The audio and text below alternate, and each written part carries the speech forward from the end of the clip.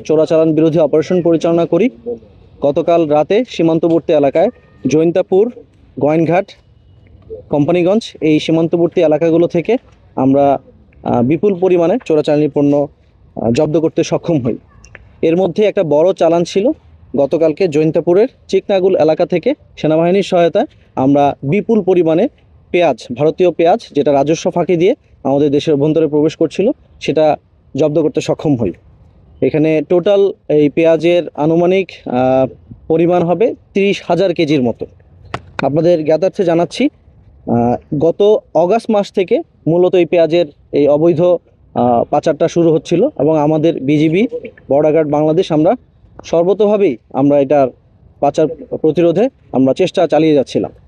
গত 4 মাসের যদি আমরা পরিসংখ্যান বলি, তাহলে টোটাল 48 বিজিবি বা সিলেট ব্যাটালিয়ন কর্তৃক প্রায় 1,50,000 কেজির মতো আমরা ভারতীয় পেঁয়াজ জব্দ করতে সক্ষম হই।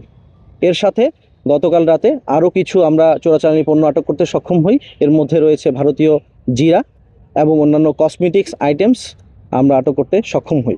পাশাপাশি কিছু চকলেট আইটেমস যেগুলো ভারত থেকে পাচার হয়ে বাংলাদেশে প্রবেশ করছিল, সেগুলো আমরা আটক করতে সক্ষম হই। শুধু যে পেঁয়াজ আসছে বাংলাদেশ থেকে যাচ্ছে না এরকম না, বাংলাদেশ থেকে কিন্তু রসুন এবং শিং মাছ জাতীয় বা জিওল মাছ অনেক সময় আমরা বলি, এই মাছগুলো কিন্তু মাছ, রসুন এই জিনিসগুলো ভারতে যায় বা পার্শ্ববর্তী দেশে আমরা এগুলো পাচার হয়, সেগুলো প্রতিরোধেও আমরা অপারেশন পরিচালনা করছি।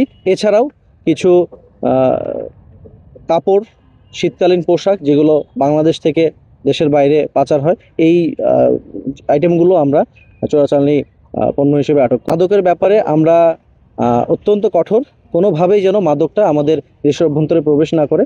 আমরা গত এই বছরের হিসাব যদি বলি, আমরা বিপুল পরিমাণে মাদকদ্রব্য, যেমন আমরা মদ প্রায় 14,354 বোতল মদ, এছাড়াও বিয়ার, ফেন্সিডিল, গাঁজা, ইয়াবা এগুলো আমরা আটক করতে সক্ষম হই এবং সেই সাথে 11 জনকে অবৈধ মাদক পরিবহনের দায়ে আমরা আটক করি এবং থানায় সোপর্দ করি।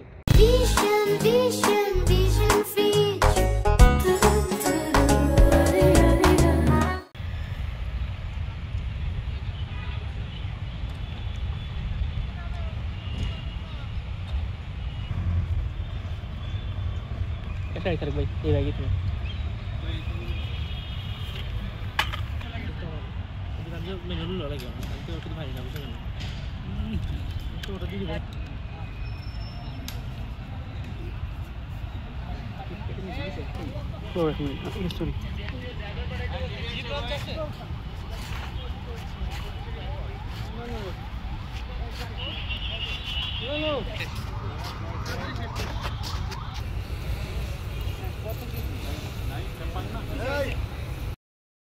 Oke.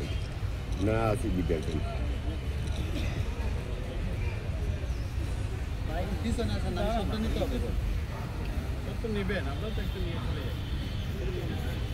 তারা